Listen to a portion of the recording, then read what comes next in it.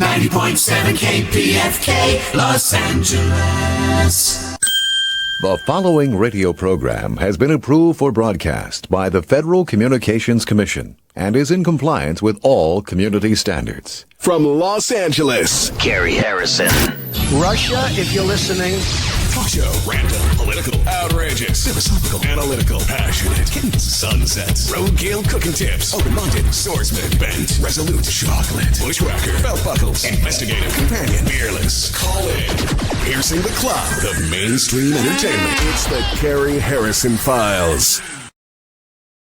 And it is the Gary Harrison Files. Welcome. Glad to have you here. Sometime we'll do a whole show on community standards and what that means with the FCC, what it originally meant, contemporary community standards. And that meant that you had to say words or not say words that were the words in your community. But in this community of Los Angeles, all the words are used all the time. So theoretically, it should just be a string of epithets.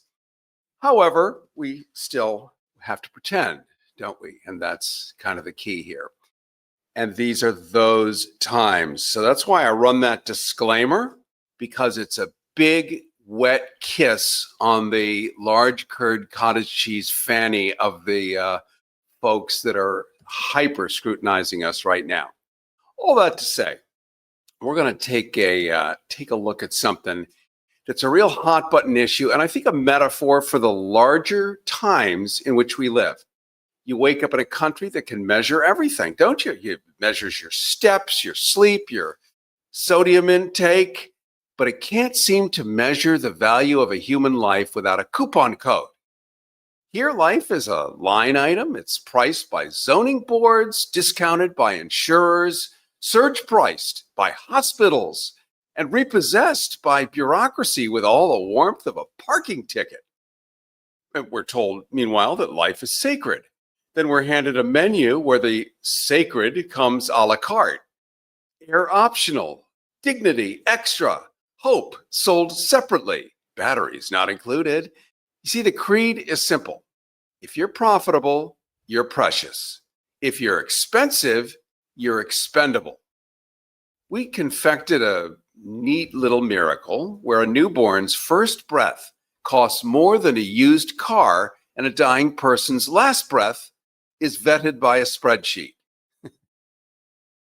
We've got a government that assures you that it cannot manage a clinic, but by God, it can engineer your exit with a laboratory's poise. We love life, it swears. And we're going to prove it by rationing food at school and rationing air in the office, rationing mercy at a trial. We're going to ration lives on death row. Our politics now treat life like an inconvenient rumor. Everyone cites it. Nobody budgets for it. And it's the same chorus that hymns sanctity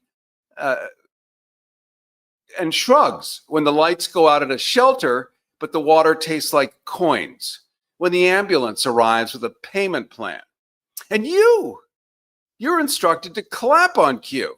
Clap for the charity that keeps the poor alive long enough to thank their benefactors. Clap for the fundraising telethon that turns agony into a variety hour. Clap for the brand new Awareness Month, because awareness is cheaper than action and looks great on a sash.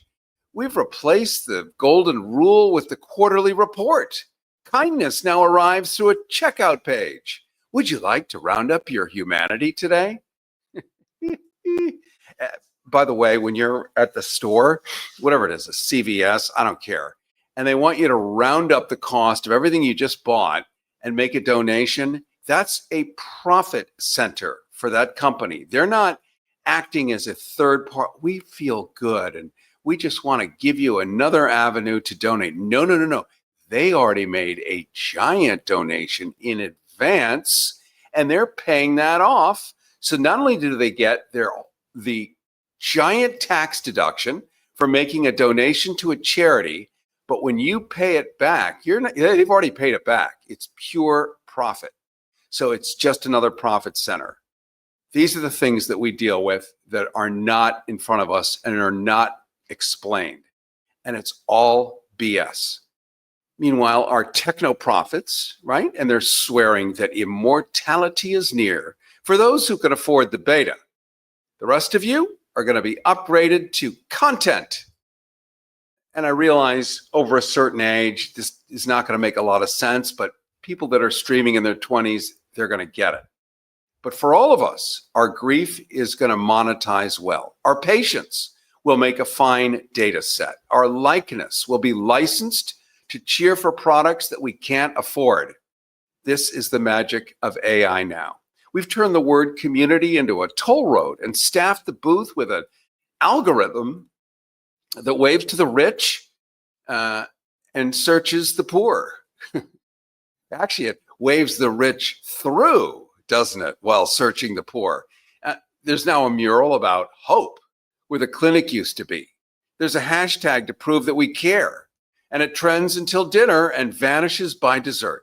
Ritual replaces repair, and you're meant to smile in the photo because nothing terrifies power like a face that refuses to be decorative. The joke, it's cruel, it's practical, it's efficient, is that life in today's United States isn't priceless. It's perfectly priced. The meters are calibrated, the turnstiles greased, the premiums auto-debited, and if you slip, we're going to light a candle and call it culture. If you shout, we're going to call it bad manners. If you demand to be treated as human, we're going to run a pilot program to study the feasibility of humanity at scale. So here's your wake-up call. The only people who truly value your life are the ones willing to make it unprofitable to wreck it. You can keep clapping for the parade of awareness, or you can step in front of it and embarrass the Grand Marshal. So I've now teed you up for the main course next. We're going to look at justice, or whatever the state swears is justice when it's feeling theatrical. Today, we're going to peer through a pane of glass into the Republic's favorite funhouse, the death penalty, our civic ritual where the government insists it can't possibly deliver health care correctly, but by God, it can kill you with laboratory precision, or not. Sometimes it fumbles the chemistry set, oops, and then calls it closure. The numbers this year are so grim and busy, already north of 35 executions, on pace for the most since 2012, a kind of renaissance for state-sanctioned finality. If your idea of renaissance includes needles and gas and firing squads. Meanwhile, across the Atlantic, the Europeans made abolition a condition for polite society. If you want in the EU club, you check your gallows at the door. You check your guillotines in the green room. So our exhibit today is a window, literally the window on death row.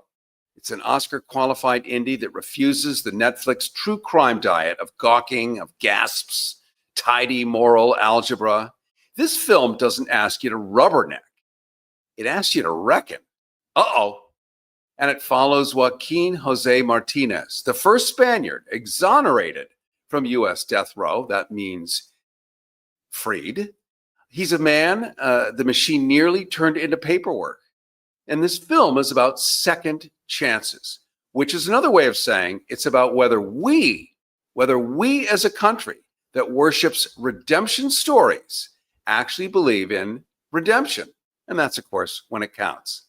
I know the talented director, Linda Freund, years ago on Air America. Some of you will remember me on KTLK, AM 1150 here in Los Angeles. She was our Pitbull producer and the co-pilot that I needed at the time to pull off. Well, I need it actually every time. I need it right now to pull off such a complex show every single day. Every segment came back with bite marks and better tape. It was a miracle of old school radio back when it was truly fun. She lives in Spain now. She was on staff at the Wall Street Journal, and now she's engineered a documentary with compassion instead of voyeurism. And she didn't end on the happy talk coda, the one that lets you pat yourself on the back for being aware. She went the other way. And yes, here in the land of the free, more than 30 people have already been executed this year, the highest clip in a decade. And while public support keeps softening, this train is still accelerating even as the passengers lose enthusiasm for the destination. This is the definition of politics, isn't it? So you can sample this, the thunder of her documentary yourself. The full film just screened at La Femme, and it's online for only a few days, right here, right now on the Carrie Harrison Files. And the first 10 of you can see it for free with a promo code KPFK 2025, KPFK 2025. Simply go to tinyurl, that's TINYURL, tinyurl.com /window death row. tinyurl.com /window death row. Best thing to do is just simply watch us right now on YouTube. You can simply go to Carrie Harrison YouTube, just Google it, it'll come up, or Carrie Harrison Substack, and you'll be able to see in graphics the URL for this so that you can catch it. It's an indie with Oscar bona fides. It's built on the radical idea that human beings are not content. And you've been told that by you-know-who used to hold a make-believe chainsaw and carve up the government. You are content. This documentary looks for humanity in the bleakest of places. And then it keeps looking even after it gets uncomfortable. Now, to help you test your conscience and maybe dent it, we've got two heavy hitters. Linda Freund, the director who refused the true crime template, could have gone for it, but didn't, and made something braver. And Mike Farrell, the same Captain B.J. Honeycutt from MASH, who spent decades turning California's appetite for the needle into a political question mark, and now helms death penalty focus. And he once framed the only question that matters. It isn't whether they deserve to live. It's whether we deserve to kill. We're going to start with director Linda Freund. I want to welcome you to the Carrie Harrison Files. It's great to be here. And just some background for your listeners. Back when you and I were in the progressive radio trenches together, that was during the era of Rumsfeld, George W., Karl Rove, we lived by this mantra, it's fun to be progressive. There's a joy in compassionate politics. And I think right now we don't necessarily have the luxury of that. So it's nice to think back to that time and then think forward to the future and wonder, when can we start integrating that compassion, that humanity, so it isn't just a period of defense and destruction? So just reconnecting with you now reminds me of that and really the power in that. It's great to be back in touch. Well, yes. And we used to laugh while Swinging Dick Cheney was running his fax machine. And I remember instructing everyone to please open your microwave ovens and point them toward Washington, D.C.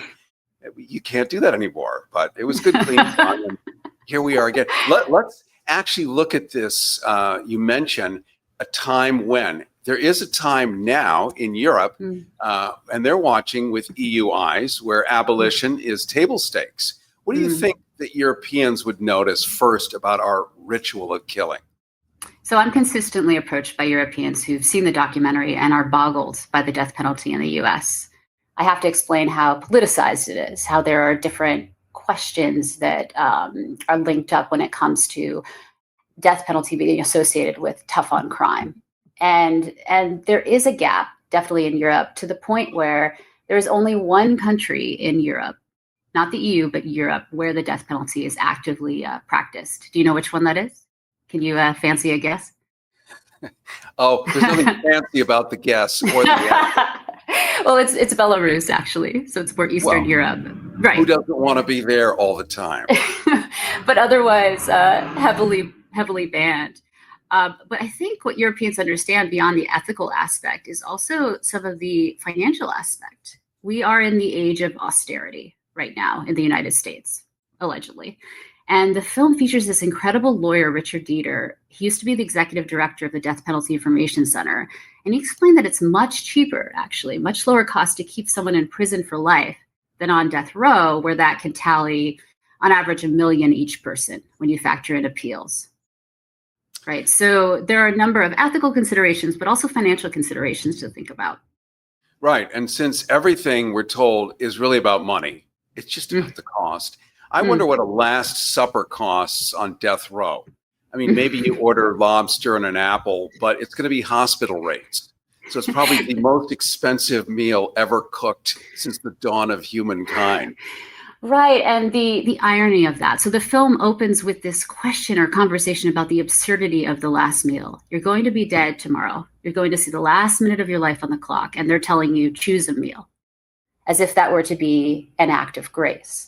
And so what you see in the film, which I find fascinating about Joaquin Jose Martinez and his character, is that he goes through the trauma of being on death row, wrongly convicted, and he takes that concept of the last meal and he reverses it. When he finds out that he's exonerated, he gives away all of his stuff and he orders on Canteen sandwiches for all the death row inmates in his pod and reclaims that and says it's as if we were enjoying our last meal together. But instead of it being this goodbye and this kind of sorrowful act of ethical, grandiose companionship in the bleakest of moments, it becomes an act of celebration and liberation. Yeah, I would think, having only hours to live, you're really not focused on a pedicure and what is the broccoli? Is it going to be oversteamed? It's just such a burlesque. It's pure theatrics, and it makes Mildred feel like it's kind of lovely. It's like Jesus. He gets his last supper. So he was well fed when he was nailed up on the cross. This is a good pivot point to bring in, and you brought us Mike Farrell, who we've met many times back in our Gandhi Peace Parade March back in 2008, as a matter of fact, and several times subsequent to that. Mike Farrell, who we all know from MASH, and who Renee Uwarski, our director, of course, is on bended knee, a giant fan like all the rest of us. We're super glad to have you here on the Carrie Harrison Files. You say the real test is, do we deserve to kill? When you put that to legislators in private, what answer do they give you when the cameras are off? When the cameras are off, depends on who they are. Legislators have a tendency to not be honest people, but they say we can't help it, we can't move. Not all of them. I'm sorry. We happily we have some very courageous leading legislators both in this state and around the country. Governor Newsom at the head of the list. Governor Newsom declared a moratorium on the death penalty, said it would not exist in California, and in fact did away with death row and destroyed the equipment, the killing equipment. So there are, those folks out there, but the run-of-the-mill legislator is just running scared of what they believe is. We have a visitor. Or ambulances and sirens. We must be. Sorry about that. Are we in? No, that was my brain. By thinking out loud. I'm kidding. I thought we were being arrested for talking about it. Well, and that becomes an issue too. We're looking at sort of the theatrics of it all. I think it's scary to stand up for something that we know actually doesn't work, because for whatever reason, there's also a giant industry attached to it. If I'm not mistaken, whatever the wonderful cocktail of toxins that they feed into people all have to be made at special compounding pharmacies. I mean, that alone is an industry that you'd want to be able to invest in if you were really a cynical person. Like, there's money on every side. No, absolutely. And understand that the compounding pharmacy process is a result of the fact that many states have declared that it's inappropriate to spend money on this process and on the poisons that are necessary to kill people. So they've had to reduce themselves to go into the compounding pharmacies. And I just read that, I believe it's the state of Texas, just spent $750,000 for a special shipment of this murderous ointment to do away with the people, because Texas, of course, leads the list of the killing states in this country. But Governor DeSantis now, the little man in Florida, is trying to demonstrate that he's presidential caliber by killing people that he has no idea who they are, what they've done, whether they are guilty or innocent, as a matter of fact. So we've got a real issue with leaders, the lack of leadership, and unfortunately, the leadership today in this country is coming from the White House, and it is bloodthirsty and mean-spirited, and going to the effect of as your listeners probably know, to the effect of taking the 37 men that have been commuted from death row, the federal death row, by President Biden, and insisting that, though he can't reverse that commutation, they should live in horror. They should live in the worst circumstances possible. And he's making his Department of so-called Justice make sure that that happens. And it's talking about a kind of disgraceful behavior on the part of so-called leadership in this country that just, forgive me, pukes on the whole notion of human value, of the possibility of what we've seen in this film, the possibility of someone rising out of the depths of despair to become not only a thoughtful but a caring and it seems to me quite gentle and humane human being, which is one of the beauties of this film, I must say, because we usually get with these films made about stories about people on death row, people who were, for one reason or another, reduced to killing, or in more instances than not, accused of being the murderer in an issue like this, and imprisoned and incarcerated for life until we decided to do away with them. Everybody wants cheap airfare, but where do you find it? You call Low Cost Airlines. They specialize in cheap flights, discount hotel rooms, cheap car rental rates, and with a best price guarantee. If you want the lowest prices on your airline tickets or other travel services, call now. That's right, call. That's the only way to get these rates. Experts are standing by 24/7 to get you the cheapest airfare and hotel rates available. So don't wait. Call now. And I think this whole subject is now a giant metaphor for the times in which we live, because everyone is potentially can potentially end up there now. This is not us looking at them. I'm just going to reintroduce you guys because, as Dorothy said in The Wizard of Oz, my people come and go so quickly here when they're in their cars. Carrie Harrison with you. This is the Carrie Harrison Files. We're live streaming right now. You can Google Carrie Harrison YouTube, or Carrie spelled like Cary Grant, C-A-R-Y, Carrie Harrison Substack. You'll be able to see live video of both Linda Freund and MASH's BJ Honeycutt, better known as Mike Farrell, who's been on this show and on this station at least 112 times. Why? Because his voice is important. And we're talking about the future as we see it, which has become the present, which has also become the new architecture of that. How okay is it? Even though the public isn't into it, it keeps advancing, that being exterminating live humans here on U.S. soil. We're looking at the value of life and death penalties theater of humane killing. Linda Freund, director of the Oscar-qualified The Window on Death Row, refuses the true crime formula instead. And with her is MASH's Mike Farrell, president of Death Penalty Focus, which reframes the debate. It's not whether they deserve to live, it's whether we deserve to kill. You can watch the documentary while it's online simply by going to tinyurl.com/window death row. I know that's a lot to remember, especially with ears half full of wax, like mine often. You can watch the live video stream, and we'll just put up the graphic for that. The promo code is KPFK 2025. Question for both of you. This year's execution pace is spiking, even as national support declines. What breaks first, the machinery of death or the public's tolerance for running it?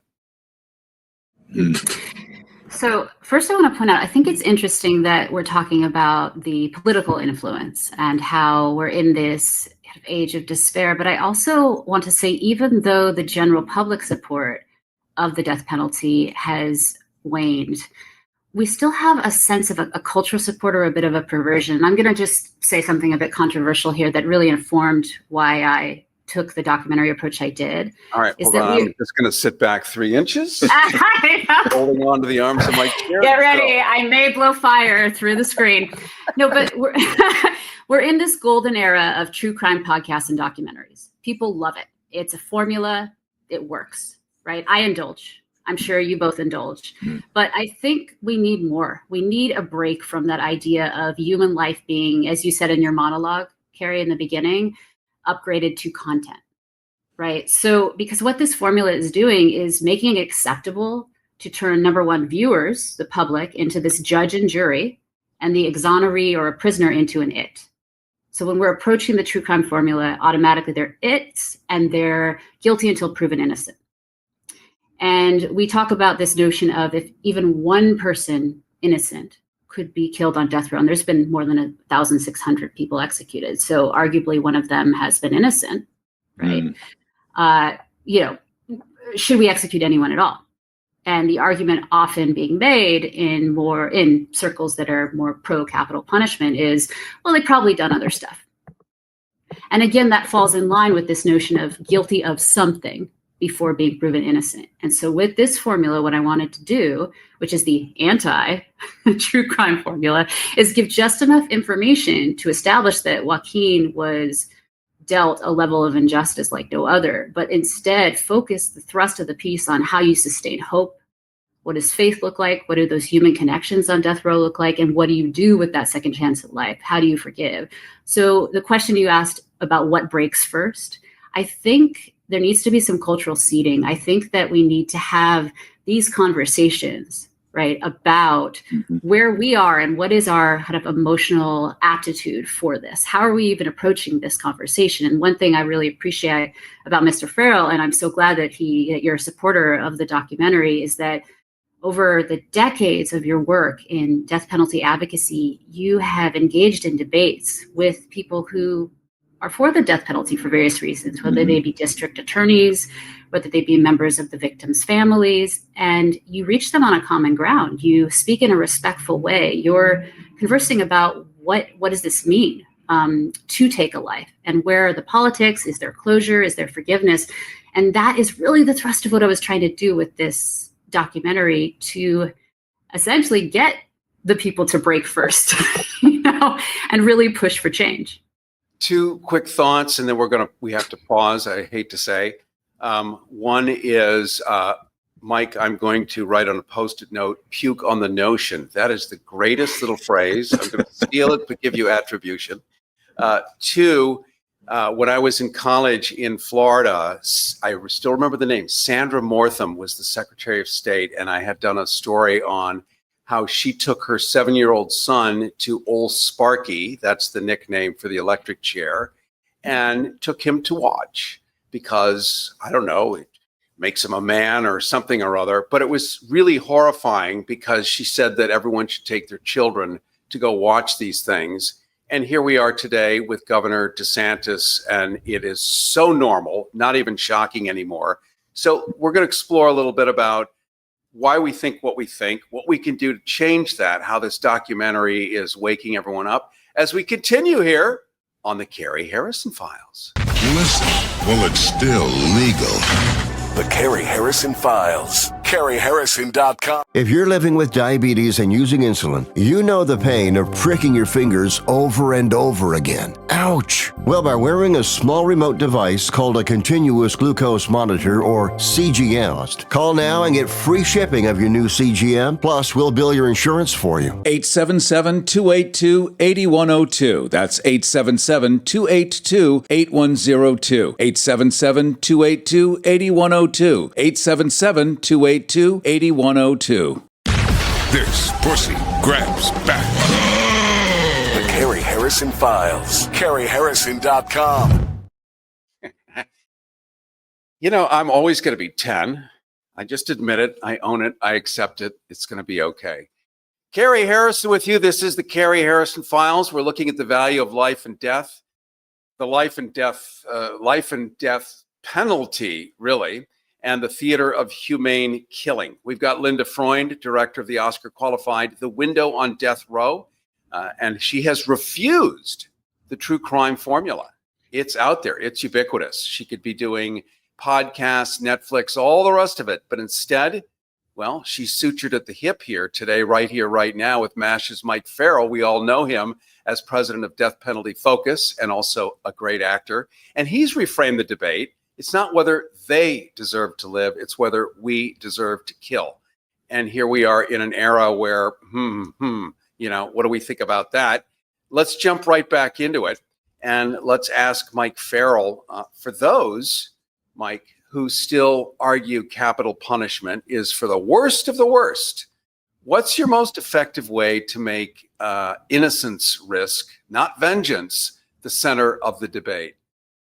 This is a struggle I've been going through for the last 40 years, Carrie. It's trying to figure out what exactly is the point that will raise the curtain so that these people can understand that what they're doing is harming us all. And you can talk about the racism inherent in the system. You can talk about the cost of it, that people are stupefied to learn that it costs so much more to kill than it does to keep someone in prison for the rest of their natural life, if necessary. And you can talk about all of the issues associated with it. But what I'm finally coming to the understanding of is something that was articulated by one of the founders of this country. His name was Rush, Benjamin Rush. He was a doctor. He founded the Pennsylvania Prison Project. He opposed the death penalty because he said it brutalizes everyone associated with it. Not only the person who is murdered, it brutalizes those who do the murdering. It brutalizes those who give support to the system, the judges and the juries and the people out there in our society who don't understand that silence gives consent. So they are, in fact, taking part in the murder of a human being. And we suffer as a result of that. We, as citizens of the United States of America, because we don't understand that we are allowing ourselves to be harmed by those politicians who believe that if they can frighten you enough and scare you and your family, that you will go along with anything they say, whether it's bombing potential innocent people off the coast of Venezuela or people in our prisons, whether they are going to, I was just reading, we honored Robert Badinter, the French foreign minister who was responsible for doing away the death penalty in France. And he used the guillotine as an example. He said, before the guillotine was used, how did the society kill? They killed by crushing people under the wheels of wagons. They killed by any means that they could come up with. And then they came up with this thing of the guillotine that they thought was clean and simple. Invented by a doctor. What's not to love?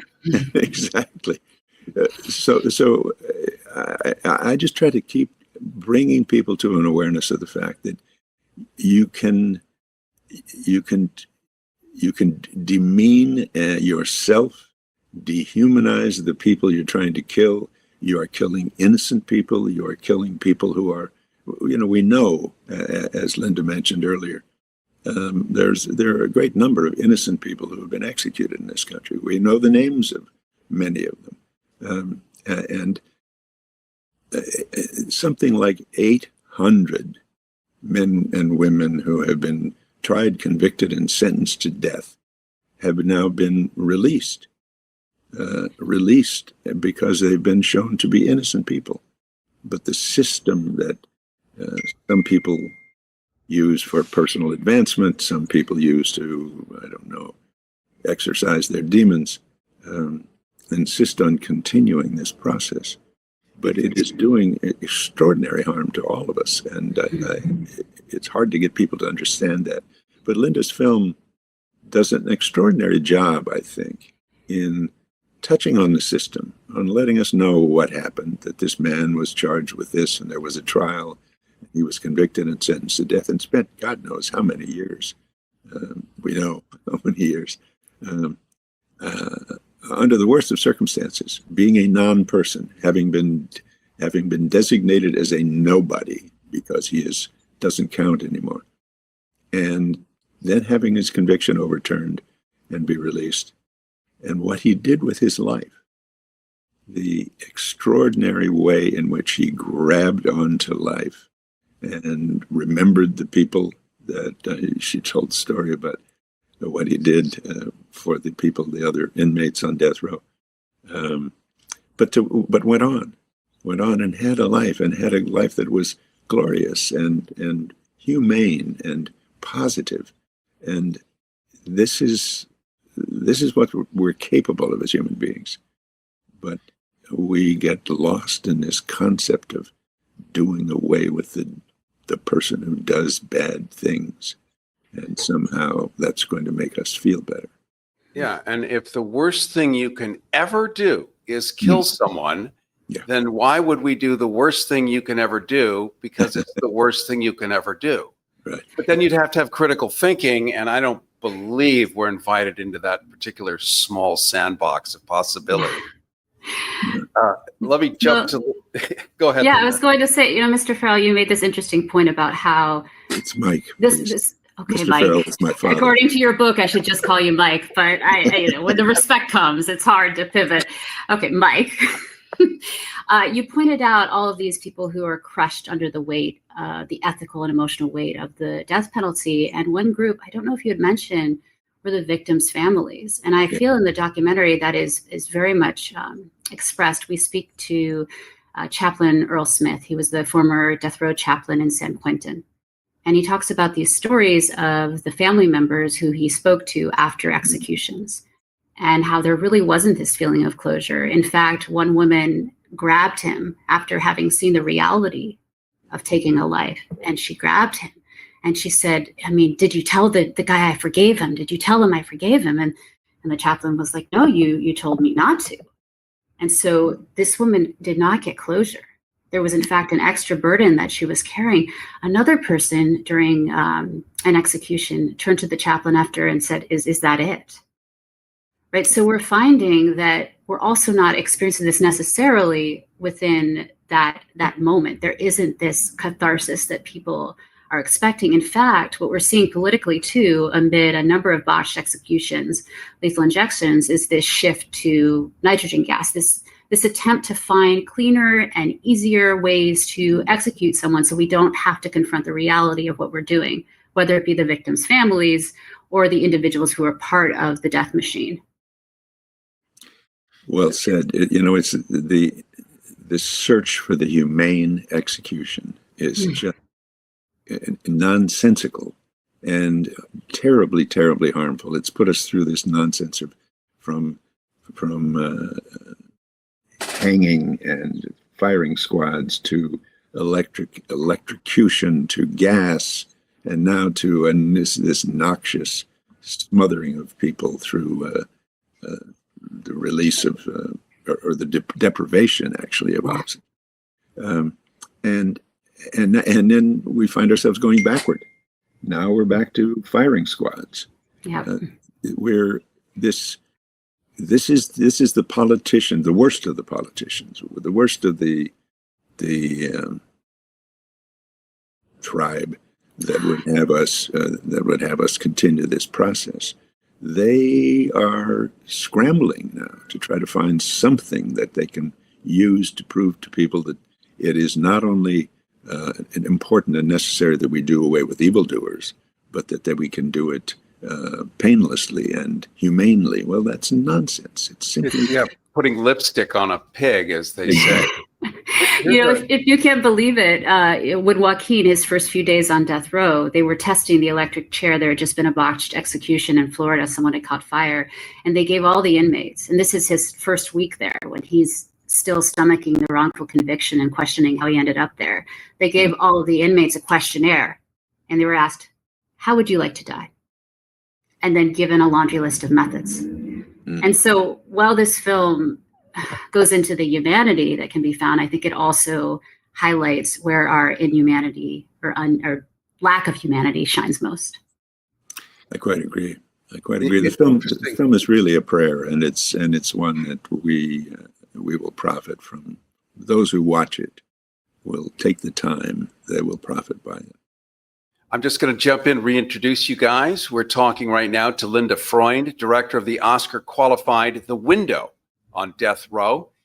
She has refused the true crime formula, and MASH's Mike Farrell, president of Death Penalty Focus, reframing the debate. It's not whether they deserve to live, it's whether we deserve to kill. Mm-hmm. And as we explore this, there's such a political overlap in it. Pretty much all of it is political. I look at the Constitution, the founding daddies, my ancestors, and the whole notion for things like the First Amendment and others were a cure to a king that could just kill you because he felt like it. You said the wrong thing in your head, magically fell off your spine and rolled down the gutter. Who knew why? And so many of our amendments are to not allow us to have a king or a body that can just remove American citizens from their opportunity for life. And this kind of circumvents that. There's no amendment for this. There kind of ought to be. I think of Robespierre and Mike Farrell. You were talking about the French, and they were using, if I'm not mistaken, the guillotine up until the 1970s. Correct. But not like a cheese grater that they were in the 1700s. But then they got rid of it. And here we are today. Let's bring old Sparky back from the 1920s. I think electricity had now been connected to enough houses. This was like a cool idea. What's next? Other than watching the documentary, coming into reality, and seeing it as a call to action. Do you guys have a special insight now that, Linda, you've made this documentary. Mike, you've now seen this documentary. Any new thinking that comes around? Wow. So step by step, day by day, what I really hope for is to screen in one of the 27 states, among those states where the death penalty is legal and practiced, to screen in that environment where there are people of varying viewpoints, and to be able to engage in those smaller scale conversations and bring people on. Bring district attorneys into the crowd after having seen the documentary, bring exonerees, bring the victims' family members all together and get that conversation going. That's where I think this will start to impact change. And then also look at the precedent, look at these, I believe, so if you go on my website, windowdeathrow.com, you scroll down to the bottom, I created this animated map of the United States, and it shows where the death penalty is legal, where it's not, and where there's been a moratorium or a pause based on executive action. So really looking at those places where there is a pause, like California, and thinking about what those next steps are to be able to do away with the death penalty entirely, and then hope, of course, that you have a domino or ripple effect from there. If you could show this, show 1 5-minute scene from The Window on Death in every state house, what would it be, and which lawmaker might storm out first? Wow. Yeah, I'd be actually curious. I'm so close to the film. I'd be very curious for Mike, not Mr. Farrell, for Mike's opinion on that. But I think it could be when Joaquin is describing his first day on death row, and how surprised he was, because he came in he was 24 years old essentially, and he believed in the death penalty up until that point where he was a victim of the injustice. And there he is, his first day on death row, and he's terrified and he's emotional, but he begins to hear the voices of other death row inmates who ask him, "Are you hungry? Do you need something to read?" And so what we see is this contradiction that a politician or somebody who has a varying viewpoint has to sit with. Wait, I can't just, in Joaquin's words, he used to see everyone on death row as monsters. Wait, I can't just see these people as monsters. There's something more here. These are human beings. And yes, there are a lot of people, there's a lot of mental illness on death row. There are a lot of people who show no remorse for their crimes. One of the death row chaplains explained to me that he often had human feces thrown at him through the bars. there are some psychological challenges, and there are people who, understandably, it would be better if they are behind bars in those situations or in prison for life. But that doesn't mean we stop seeing them as human, and that doesn't mean that death is and a killing operation is the viable approach. We're going to take a little pause. We're going to play the clip first. This is a clip from the trailer of your film, just to add some real human touch to the wizardry that you've done, so that we can feel and hear the voice of Joaquin. And then as we return, we're going to finish up. I realize this interview has gone long, but we don't get to do these conversations ever. So I think it's important to give it all the breath we can. Let's hear a clip now from your trailer, and then we're going to pause. Tomorrow, you're going to see the last minute of your life on the clock.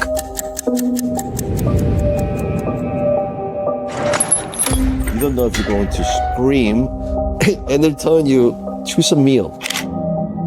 You have to assume that of the 1,600 people who've been executed, we probably have executed innocent people.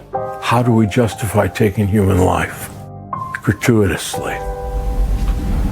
And Madam Clerk, would you publish the verdict, please? State of Florida versus Joaquin Jose Martinez. We, the jury, find as follows as to count 1 of the indictment.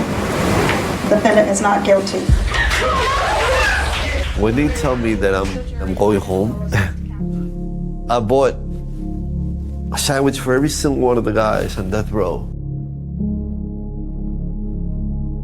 And it was like saying, this is our last meal together. If you're living with diabetes and using insulin, you know the pain of pricking your fingers over and over again. Ouch! Well, by wearing a small remote device called a continuous glucose monitor, or CGM, call now and get free shipping of your new CGM, plus we'll bill your insurance for you. 877-282-8102. That's 877-282-8102. 877-282-8102. 877-282-8102. Listen, well, it's still legal. The Carrie Harrison Files. CarrieHarrison.com. And it is the Carrie Harrison Files. Carrie Harrison with you. Don't forget, we're live streaming right now on YouTube and Substack and probably anything else with a chip and a signal. Simply Google Carrie Harrison, C-A-R-Y, and you'll be able to watch it. You'll be able to see Linda Freund, the director of this incredible documentary, along with Mike Farrell, a name that you know, along with a newsletter that I want you to sign up for at carrieharrison.com. And there we can do stuff we cannot do on the new hyper-controlled, FCC-controlled broadcast radio. So we're pushing the envelope, believe it or not, having this discussion right here, right now, but there's other information that we can include in the newsletter. We're living in a country that can't pave a street without a ribbon cutting, but swears it can kill humanely with the grace of a Swiss watch. And today we're not rubbernecking the true crime carnival. We're asking why the government thinks redemption is a sermon for Sunday and a scheduling conflict on Monday. Linda Freund's The Window on Death Row puts a human being, Joaquin Jose Martinez, back where the machinery tried to file him, among the living.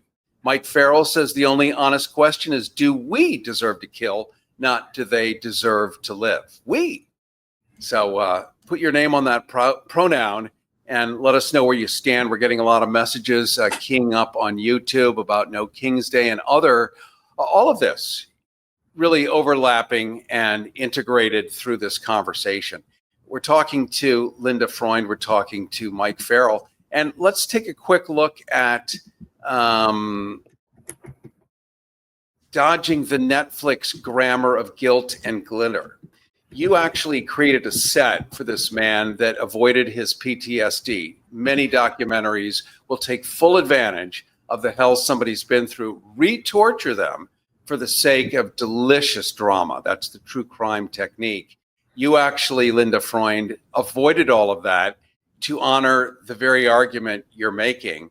That could reduce the effectiveness of a documentary, but didn't. I appreciate that.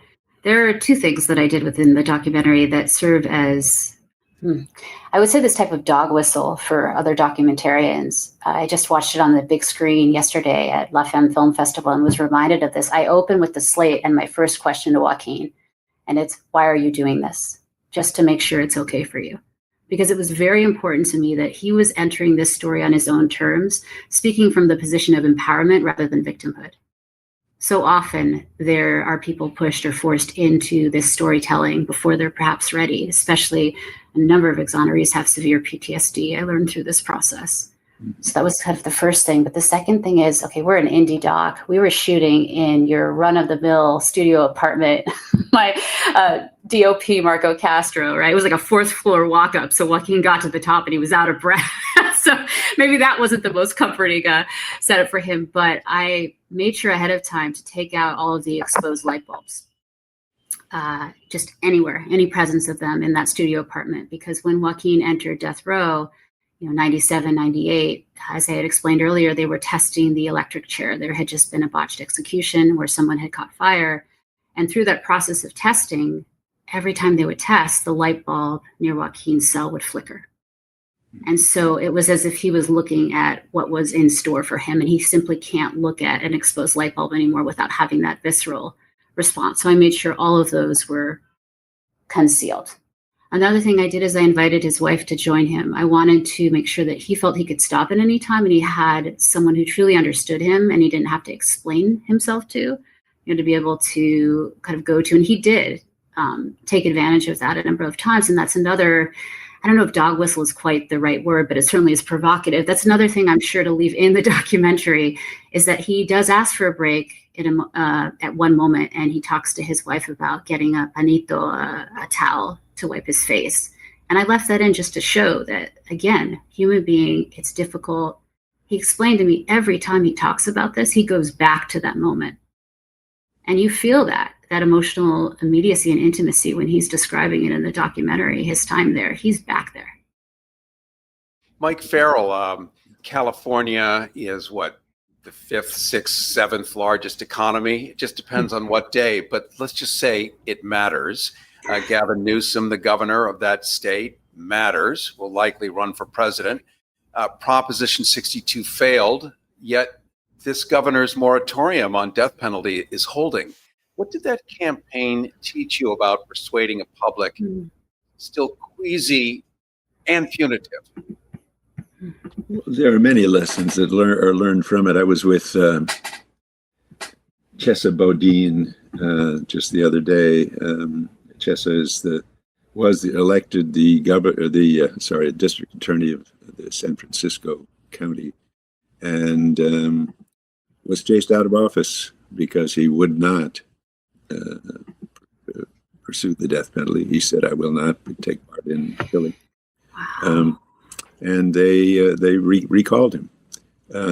So there are very powerful forces in this state that are very strongly in support of the killing process because it frankly, it makes people money. It gives them power.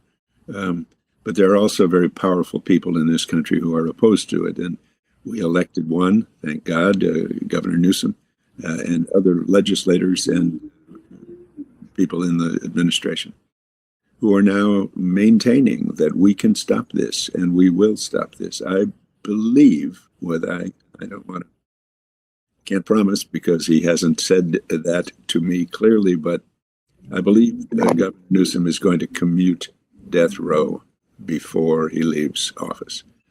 And in doing so, he will strike a very courageous chord in politics in this country. It's been done, as we know, by President Biden, almost all of federal death row. But when Newsom does what I believe he will do, I think it's going to make a statement that people not be able to ignore and be terrifically moved by. I've been fortunate enough in this pursuit to come to know people like Gary Tyler, who spent 42 years in prison in Louisiana for a crime he didn't commit and came out and just become a highly regarded artist making stitching quilts that are quite extraordinary. I encourage people to look up Gary Tyler. There are so many people like Joaquin who are out and doing extraordinary work even after this society has insulted them to the degree that they were minimized and dehumanized and tried to kill them on some levels. You know, you lock somebody away on death row and they no longer exist in human terms. And the guards then who treat them, who deal with them, become dehumanized in the same process. That's that brutalization thing that Dr. Rush taught. We are maintaining a system that is doing great harm by practicing and preparing and supporting the idea of killing human beings. Makes no sense at all. Thank you for, I was going to say something canned, like thank you for your service. I don't know what else to call it. 40 years of leading this baton when people are not even aware of what's going on around them, but it speaks to the larger condition in which we live and our mindset. And if our mindset, exactly as you say, starts to accept all of this and find it as the only answer to any issue or conflict is just to exterminate the roach, then, it gets worse and worse. Linda Freund, we're also up against the last, 30 seconds here. Why this topic for documentary when you could have done a documentary on documentaries? Yeah, or on glitter. All of my friends are like, why always these traumatic subjects? Glitter is fascinating. I'm like, It's a moral responsibility for me. But all of this conversation, as we near the end of this, has me thinking about this reunion Joaquin had with his chaplain in the documentary 20 years later after his release. And the chaplain says to him, healing is taking place when you're using your trauma to try and relieve the suffering of others. So much of this changed, whether it be Gavin Newsom, one brave man, or whether it be these exonerees across the United States, or in Joaquin's case in Europe. All of that, all of those people banding together who use their trauma to relieve the suffering of others, to make an impact. That's what we should be focusing on. And that really is what I hope is the takeaway of the documentary. Well, I'm very grateful you guys were both here. Quickly, Mike Farrell, how do we follow you on Death Penalty Focus? Deathpenalty.org is our website. Anybody who wants to come to find out more about what we're doing is welcome to look us up, call us up, join. Let me just salute Linda for this work. This is, these kinds of things, delving into and exposing the reality of this system and doing it in a way, in this case, that is so life-affirming is a treat to watch. It is something that is incredibly important. I can't tell you how important it is. Well, she embodies the definition of talent. And I got to eyewitness it for so long. And here we are with a powerful story that needs to be told and a powerful mindset that needs to be revealed and giving us hope when it's otherwise hopeless. And that's the forward step. That's the Gandhi moment here. So I really appreciate both of you coming on. I apologize, we're out of time, but I hope we gave this thing enough room to breathe. Linda, where can people follow you quickly? Sure. windowdeathrow.com is the website, and the Instagram handle is windowdeathrow. All right. Thank you so much. Carrie Harrison with you. We've been talking to Linda Freund, director of the Oscar-qualified The Window on Death Row, and she has refused the true crime formula, along with MASH's Mike Farrell, president of Death Penalty Focus, who reframed the debate. It's not whether they deserve to live, it's whether we deserve to kill. And we've been able to visit with an extraordinary documentary. When you catch this in archive, you'll be able to be one of the first 10 to be able to watch this thing for free. This is the Carrie Harrison Files, and I look forward to seeing you next week. It's time. Listen, well, it's still legal. The Carrie Harrison Files. CarrieHarrison.com. Everybody wants cheap airfare. But where do you find it? You call Low Cost Airlines. They specialize in cheap flights, discount hotel rooms, cheap car rental rates, and with a best price guarantee. If you want the lowest prices on your airline tickets or other travel services, call now. That's right, call. That's the only way to get these rates. Experts are standing by 24/7 to get you the cheapest airfare and hotel rates available. So don't wait. Call now. This is a special bulletin from the Timeshare Exit Hotline. If you're tired of your timeshare maintenance fees, listen to what happened to these timeshare owners who tried to reduce their $2,500 maintenance fees. For more than 4 hours, we were yelled at. Not even allowed to use the bathroom until we had purchased a new timeshare for over $10,000, including closing costs of $2,800 put on a credit card, which I kept telling them we did not want. There are legal ways you can exit a timeshare contract that you do not want. Learn how our experienced professionals can offer you a way to legally and permanently get rid of your timeshare. We can provide you with an affordable, one-time fixed fee and our 100% client satisfaction guarantee. So if you're ready to learn how to exit your timeshare contract, don't wait. Call the number on your screen right now.